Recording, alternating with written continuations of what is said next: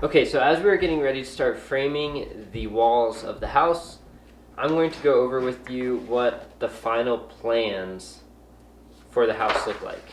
I'm going to talk a little bit about the process that you go through when getting the plans, and then I'm going to talk to you about some issues that we had with the plans, and lastly we're going to go over all of the actual plans for the house. Okay, so let's start with the plans. The first page tells you a lot of information. It gives you the lot layout. It gives you the index for what's actually included in the plans. It gives you general information about the lot, and then it tells us what building codes we're supposed to have. Our index, what's actually included in this set of plans, we have the site plan, which we just went over. Then we have the foundation plan, the first floor framing, I should say, then the first floor plan, then the second floor framing, then the second floor plan, the roof framing, and then we have cross sections, first floor electrical, second floor electrical, and then 11 through 13 are the elevations. So the second page is our foundation plan. It's a very simple foundation. It's just a rectangle. Now at this point you've already seen that all happen. We have the stem wall up when you're seeing this. There's not much else on this. It's going to show where we're going to have a vent. We have a post in the middle of our foundation for a load-bearing post. This dotted line shows how far outside of the dimensions of the footing we're going to dig, which is about 3 foot. Our footing is 2 foot wide, 1 foot thick, 2 pieces of horizontal rebar in it. Our stem wall is 8 inches wide. It's 4 foot tall. On the plans it actually says it's 3 foot tall, but it's 4 foot tall. And that has 2 pieces of horizontal rebar and vertical tying it into the footing every 4 foot. The next page is the floor framing. So the first floor framing, super simple. We have a rim board that runs all the way around, and then we have a sill plate that's on the bottom, which is this little piece you can kind of see, and then we're basically doing I-joists. The I-joists are 19.2 inches on center. I didn't want to draw all of them out because that's a lot. So I just drew 3, marked it, and then I put little dashes everywhere they are. I don't know if you can see those. So our sill plate is 2x8 treated. We're going to come up to our rim board, which is, on this it says it's 11 7/8. We actually went bigger on the size of what our joists are going to be. So it's a 14-inch tall rim board, 14-inch tall I-joists. Everything makes sense. The decking, 3/4 inch tongue and groove, is laying sideways across on the I-joist. So the long way of the decking is opposite the long way of the I-joist, as you can see. The next one we have is our floor plan. This has kind of changed a little bit since we drew this from the county, but that's alright. I'm going to talk through some of what it's on here, and then I'll talk through our changes, okay? So on here, we come in the front door, and then you're going to walk immediately into the mudroom. So this is going to be kind of a dual mud and laundry room. It's going to be open. There's not going to be a wall or a door there. And inside is going to house our washer dryer, our pressure tank, and our water heaters and stuff like that. And those will all be behind like a curtain of some sort, or a closet of some sort. Then we're going to put a bench here so that you can take off coats and shoes and such. And you'll be able to look out this 4 foot wide, 4 foot tall window. So that'll be a nice big window you can look out when you're getting ready to go outside, or right when you come back in from outside. As we continue down the hallway, on our left we're going to get to our downstairs bathroom. This is going to be a fairly small bathroom. It's just going to have enough space for a tub, toilet, and a single sink with a vanity on it. So that way it's a full bath. That way if we have people staying with us and they have to stay downstairs, or you're just trying to go to the bathroom real quick downstairs, you don't have to go upstairs to use our bathroom. So we have that. As you continue in, you come into the kitchen.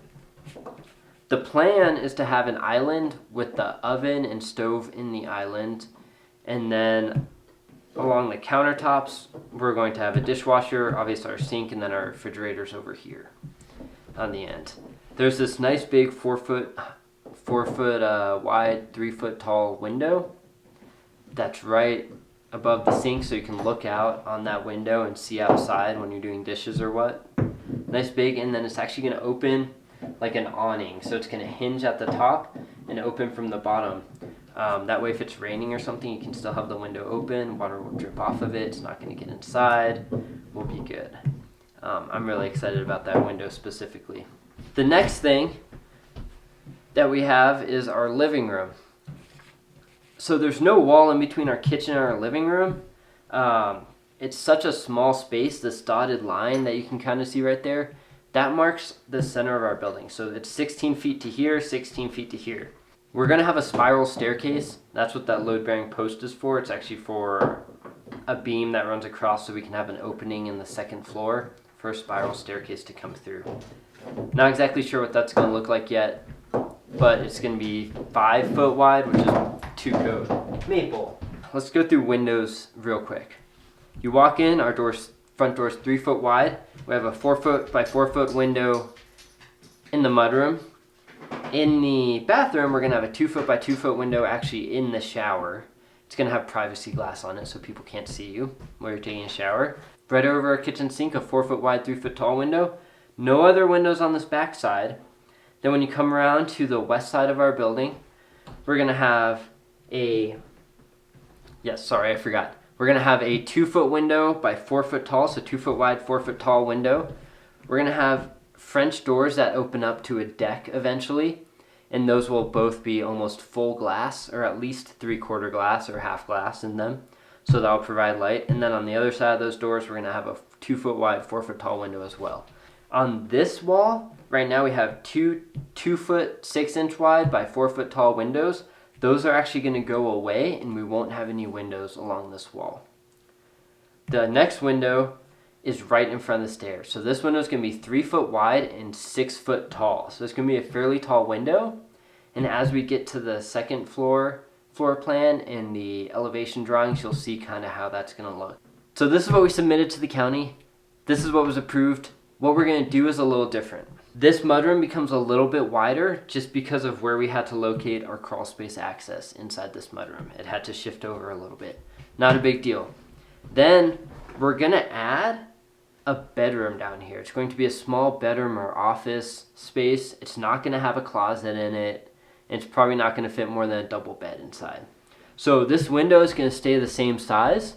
It's just going to open a little differently. And then the kitchen is actually going to shift down to the end of this 16 foot mark.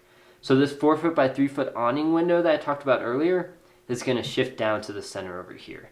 So the kitchen moves, bedroom here, the hall extends a little bit, and then our area for our living room and our kitchen table is going to become a little smaller. So we may not include an island anymore. We may include an island. I'm not sure yet. It just kind of depends on what it actually looks like after we frame it. The one reason we chose to add a window downstairs, or add a bedroom downstairs, I should say, is because we only had one bedroom in this house when we submitted this design. The other kind of weird thing to note with this is we have to have a primary source of heat. We were going to have a wood-burning stove as our primary source of heat, but the county does not allow that. The county would require baseboard heaters or some other type of thermostatically controlled heater as our primary source of heat, so we changed it to a pellet stove, because pellet stoves can be thermostatically controlled, and that way we'll have a thermostatically controlled source of heat. We fulfill that requirement and everything's good to go. Let's move on to the second floor framing. The big difference between the first floor and the second floor is this beam. We have a cutout in the floor for the stairs to come up through it. So we needed a way to support these joists that are going to end. The easiest way to do that was to add a beam across. We have a post that's going to be directly over the stem wall, a post that's over our concrete post, and then there will be a post in the first floor that you'll be able to see. That's the main difference. We still just have rim boards and the same size joists coming through. We'll just cut them in the middle. And then once again we have 3/4 inch tongue and groove laying sideways over the floor. That's really it for the second floor. They wanted us to provide details of the framing of this spiral staircase. However, we're going to buy a spiral staircase kit, so we don't have the details. So basically I had to add a bubble here that says it'll be built to the 2012 International Residential Code. And I'll just basically provide the details to the inspector and he'll approve it. So the second floor plan, you're going to come up through the spiral staircase. There will be an opening where you'll exit the spiral staircase. Then you'll enter basically the bedroom. This wall right here is not going to be a full wall. This is going to be a half wall. You'll enter out. There will be the bedroom. The bed will sit right here against this wall. It's got enough space to be a king bed and still have bedside tables and space to walk. And then you have a bathroom, a walk-in closet, and a little linen closet. So this little linen closet is going to open to the bedroom.